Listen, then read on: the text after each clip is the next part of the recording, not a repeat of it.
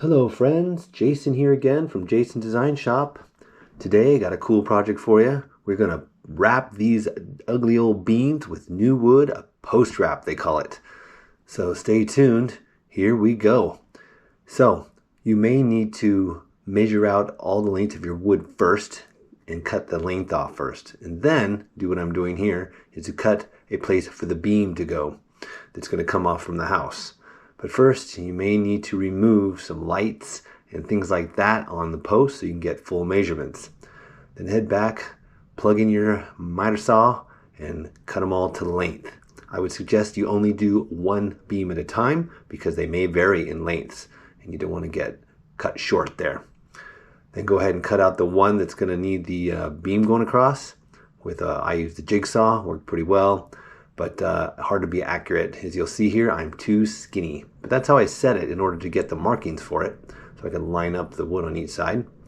And then I took it back and cut it out. You can also measure your length and make sure you're good there before you go back and cut it out in case you need to do any trimming. So I was going to use this, but it didn't quite work. You can see I left my line there. So I decided to just shave off a little with a sander. That's one way to do it. Another way is to grab your good old trusty chisel. And this is no fancy woodworking here. It's pretty easy. Anyone can do it. And just work it back and forth and thin it out. Be sure to do both sides so you're not moving the whole post wrap there to one side, but evenly spreading the hole open. That's why I flipped it over, so I wouldn't mess up the measurements. All right, take it back out there, shove it up. If it fits, great, you're in the money. And then check to each side to make sure it's flush. And you'll be happy if it is. If not, you may need to chisel and let it slide over one way or the other. See that lip there is where the other side's going to go. That's right. No miter joints here. No 45-degree miter joints is what that means. And it's all going to be a square cut. So you don't need a table saw. I'm trying to get the wood off the ground because end grain will suck up the water. And we get plenty of snow that swirls in there and rain. And so I wanted to get that off the ground and on top of that brick. A little bit of liquid nails there does the job to hold it in place after I cleared out a knob, and good to go. So every job will be different. You'll have to jump those hurdles when you get them in your job.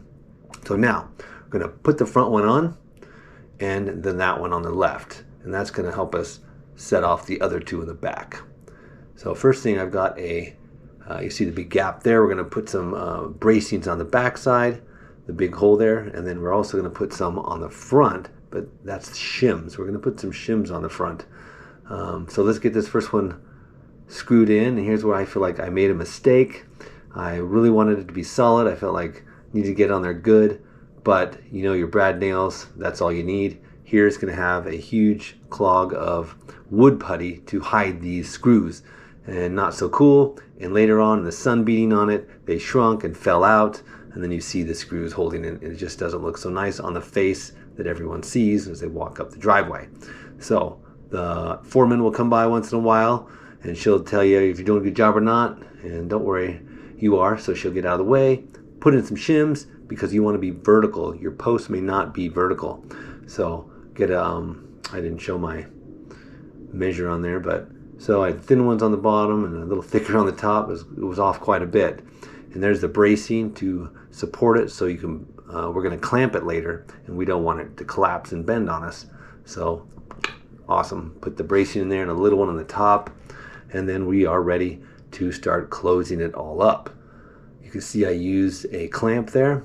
That's to pull it all tight and make sure there's no gap, and then go back to your brad nailer and brad nail up and down and everything that you can from that clamp.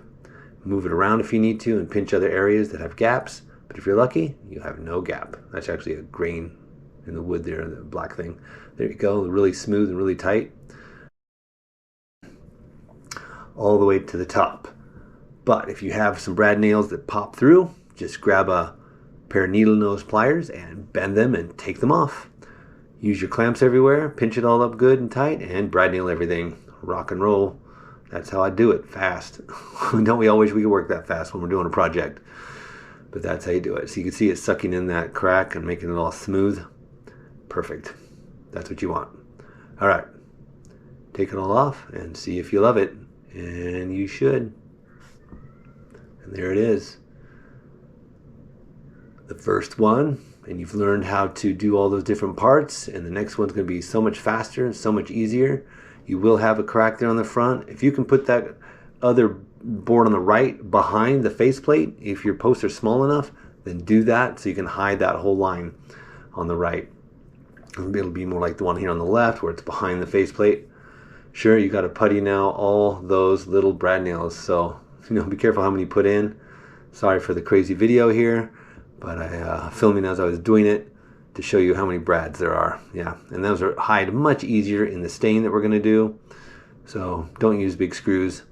Yep, everything's going good, boss, and we are ready to start the next post, but it's very much like the rest. So go back, start cutting the lengths, measure those, and cut out your U-shape beam that's coming across right there with your jigsaw.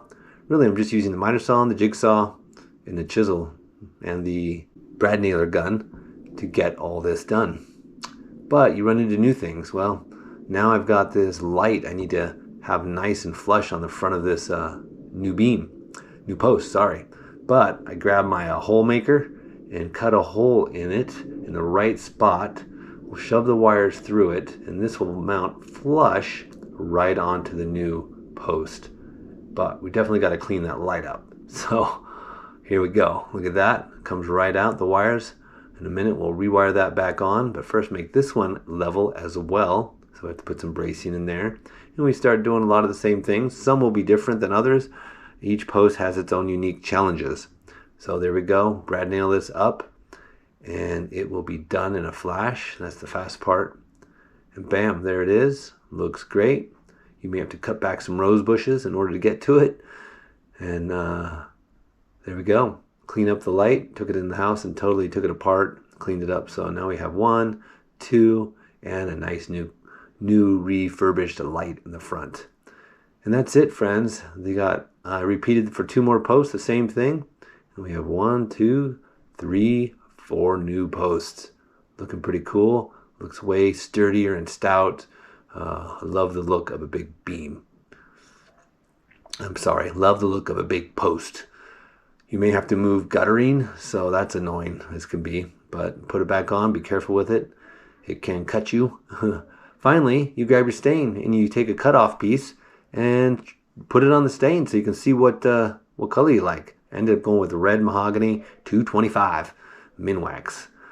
So I will warn you, this stuff works great and goes on with a rag, but it will bleach out over a 2-year period. If you watch my update on this project, I went back and refurbished it and just reapplied another coat, 1 coat, to all the beams, and 15 minutes later they were good for another 2 years. That morning sun, it just wreaks havoc on it and beats it up.